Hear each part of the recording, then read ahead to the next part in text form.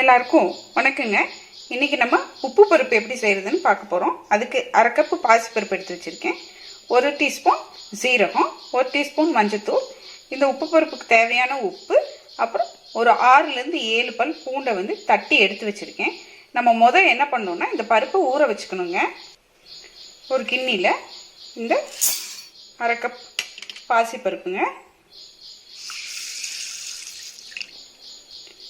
இது 15 நிமிஷம் ஊறட்டும். பருப்பு ஊறிட்டு இருக்குங்க.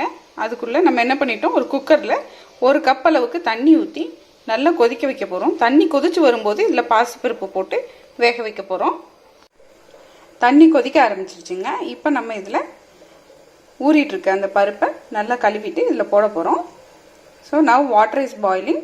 we are going to add the chopped dal.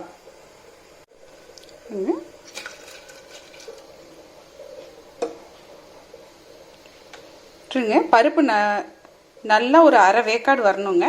இப்போ என்ன பண்ண போகிறோம், பருப்போடு சேர்த்து நம்ம எடுத்து வச்சிருக்க மஞ்சத்தூளும் போட போகிறோம். Now add turmeric powder in this. மஞ்சத்தூள் போட்டோங்க. இந்த பருப்பு ஒரு அரை வேக்காடு வரட்டும்.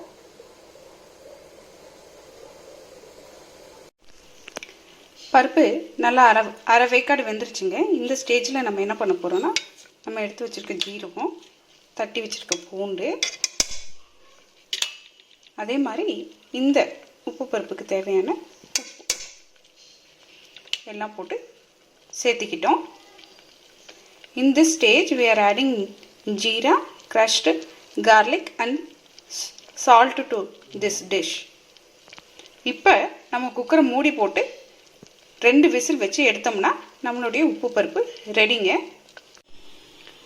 Keep it for 2 whistles. 2 whistle வச்சு எடுத்துட்டோங்க. பார்க்கலாம் பருப்பு எப்படி வெந்திருக்குன்னு. பாருங்க, பருப்பு நல்லா பூ மாதிரி வெந்திருக்குங்க. அதான் இது நல்லா இதுலேயே மசிச்சு விட்டுக்குங்க. இப்போ இந்த ஸ்டேஜில் என்ன பண்ண போகிறோம்னா, ஒரு அரை டம்ளர் மட்டும் தண்ணி விட்டு கலந்துக்க போகிறோங்க. உப்பு, ஜீரகம், பூண்டு எல்லாம் போட்டு நல்லா கலந்துருக்கோம்.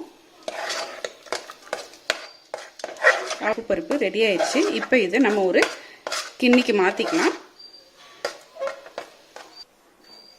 பாருங்க, நம்மளுடைய உப்பு பருப்பு ரெடி ஆயிடுச்சுங்க.